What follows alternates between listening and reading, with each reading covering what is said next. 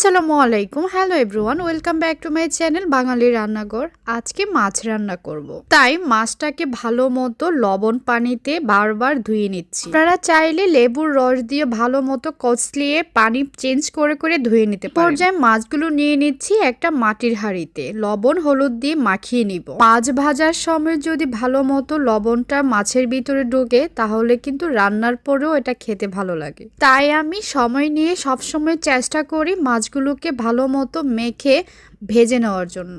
এখন মাছগুলোকে হাই হিটে ভেজে নিব। মাছগুলো ফ্রাই করার জন্য মনে হচ্ছে আমার ফ্রাই প্যানটা ছোট হয়ে গেছে, তাই মাছ উল্টেতে গিয়ে মাছগুলো ভেঙে গেল। এখন এক এক করে ভেজে রাখা মাছগুলোকে আমি নামিয়ে নিব।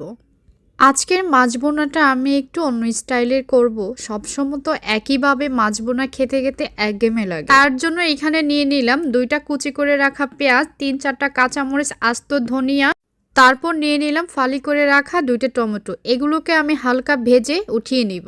আমি এগুলোকে শিলনোড়ায় বেটে নিয়েছি স্বাদ বাড়ানোর জন্য। আপনারা চাইলে ব্লেন্ডারও কাজটা করে নিতে পারেন। 1 মিনিটের পর নাড়াচাড়া করে তার মধ্যে 1/2 চা চামচ হলুদের গুঁড়া, 1 টেবিল চামচ মরিচের গুঁড়া, পরিমাণ মতো সামান্য পানি দিয়ে ভালো করে মশলাটাকে 5 মিনিটের মতো আমি কষিয়ে নিব।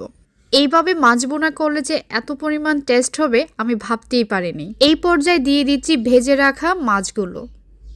অনেকেই চাষের মাছ খেতে চান না বা আমার বড় খেতে চায় না। এইভাবে আপনারা একবার রান্না করে দেখেন, আসলেই কিন্তু অনেক মজা। এই পর্যায়ে কাঁচামরিচ, ধনিয়া পাতা দিয়ে কিছুক্ষণ ঝাঁকিয়ে নামিয়ে নিব।